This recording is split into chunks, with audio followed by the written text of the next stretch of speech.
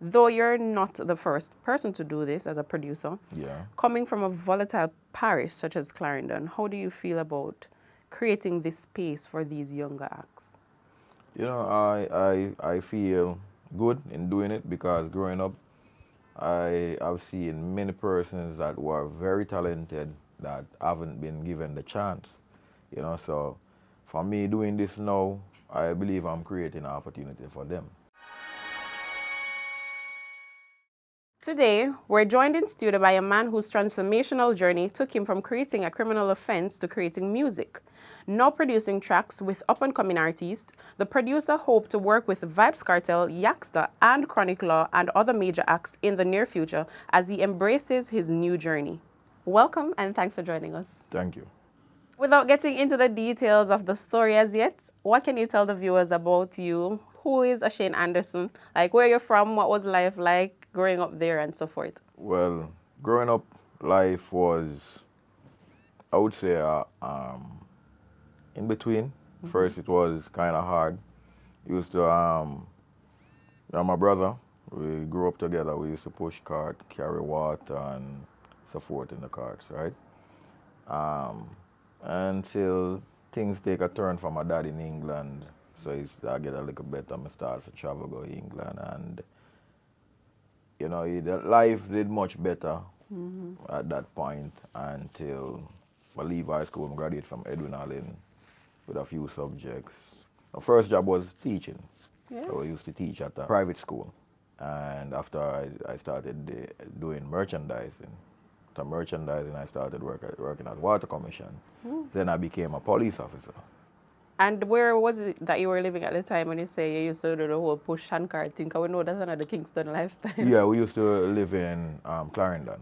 Okay. Up there, yeah. You still resides there now? Yeah. Okay, cool. Let's start out with a little bit about your past. Briefly tell us what happened in 2015, why you were sentenced to a couple years behind bars.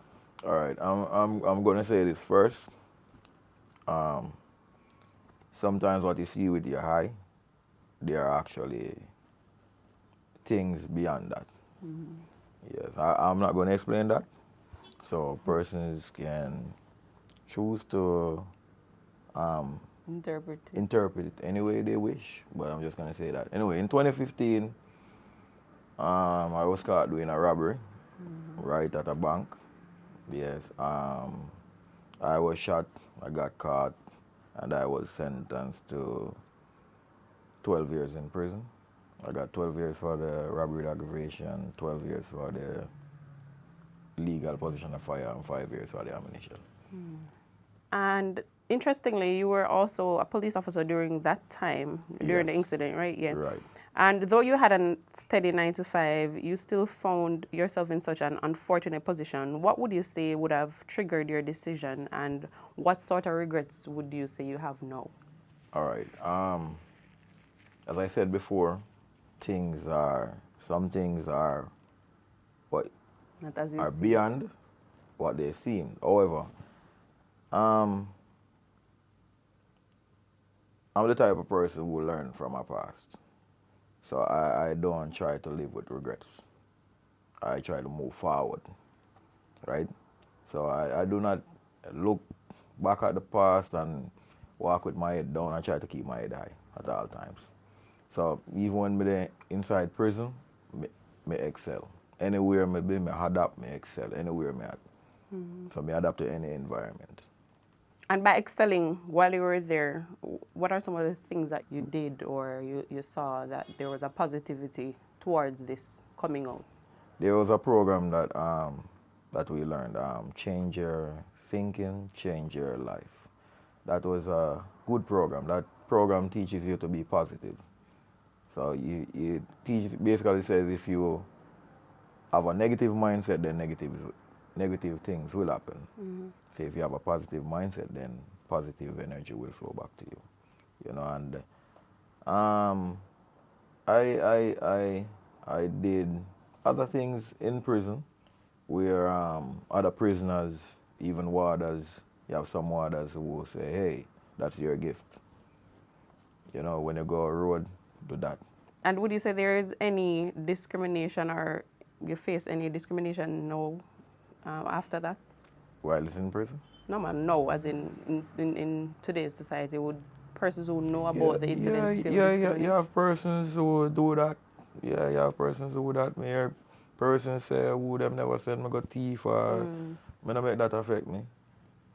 Me no make that affect me. Them can do what them want to do because at the end of the day, this is how me look upon life. The same person will say this, them say that. Because, say for example, that day me did, everything did go through all right. Even the same person that were ridicule me if me did give them, even probably want to look at money out of it and say that's what I did. Them would have alright. I say, okay, yeah. But because me get caught and everybody see it, them want to criticize, so I'm okay. You understand? Yeah. And in moving on and turning a new chapter, you decided to tap into the music world. Why music and not any other career? I'm a lover of music. From I used to go to school, I mostly used to listen to rap. I used to even do a little rapping myself. You have the voice, man, yeah? Yeah, right. Even a little poetry. If me say it, it sound like a rap, me a rap. Yeah? Yeah, like a poetry like to a woman, more like a lyrics. Yeah. You know? So I used to rap, I love music, and then whilst I was in prison now, I met some producers and they said, hey, yo, you do music, man. Music is good, you can make money off it. Yeah. It takes money, but you take time. You know, you make back your money off of the royalties and all of them stuff. And so, yeah, come on, do music. So I take for them advice, I see what them do, I get them advice, and I have a few friends that do music. So I learn from them and know what to do. I'm still in a process of learning though. I don't know everything, but I'm still a learn. And how would you say the process is or the journey thus far has been for you? Well, it's not hard, but my first project when I released, that's the only project out right now. However, that project basically took me 2 years. Yeah, because remember you have to pay, as a producer, you have to pay for the artist's voice, the song, if you don't have your own studio. Okay. You have to pay for mix and master, and you have to do the videos. Presently we have one video that is finished right now, but with J1, and I'm hoping to do the next 2 videos or even one of the videos in this month, which I'm planning to release next year. Okay. Yeah, for the artists on the rhythm. And the first project was released in October. The 18th. Okay. What was the name of that project? It's Limitless Rhythm by Latitude Music 9.90. Ah, good. And that's the name of your recording label as well? Right. How long now would you say you have started this, the producing? As I said, this project I've been working on it for 2 years now. Oh, so it's since 2 years ago you just... Yeah, when I came out of prison. Okay. Yeah. You expressed an interest in working with few artists, including Vybz Kartel, as I mentioned earlier, and some others. Is there a particular reason you single out these particular acts to want to work with? All right. Vybz Kartel now, you know, as a person I basically look up to, right? Because him lyrical. Him talented, multi-talented, more than say my most talent. I don't want to take away nothing from an artist, but this is my view, right? So, I have him as the most talented artist right now, right? And Youngster, why I say Youngster, there were some songs while I was in prison that I listened to with Youngster that, you know, it really gave me brain a relief. It was like a relief for me. Even Chronic Loss, you know? Yeah. Though you expressed an interest in working with them, you said that you want to focus now more on reggae, gospel, and gospel reggae. What's the reason for that particular choice as well? I'm more trying to focus on positive music, right? I want just the positivity I focus on. Yeah, it's just that. I love dancehall, I love other music, but for now I just want the positive music. I don't want nothing negative. I see. Yeah. You said that this job allows you to provide a platform and opportunities for talented youth, such as J1, as you mentioned earlier.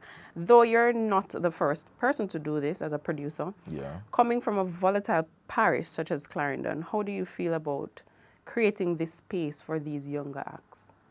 You know, I feel good in doing it because growing up, I've seen many persons that were very talented that haven't been given the chance.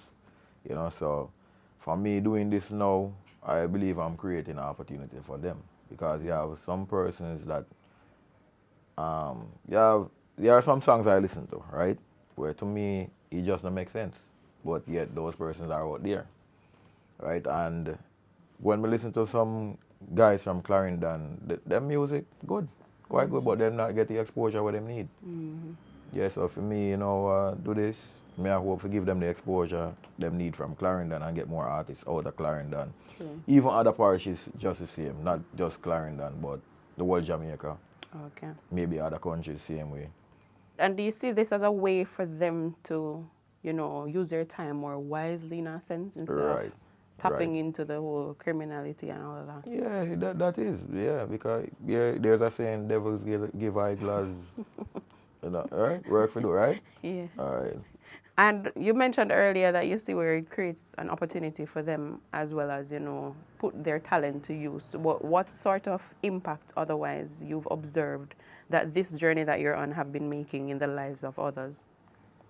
I would say it's more positive, positive impact, where person have been, or even since I've released the The first project. the first project, you have other persons have been saying to me, yo, me want to come on the rhythm, you know, you want to come on the rhythm, yo, produce something for me.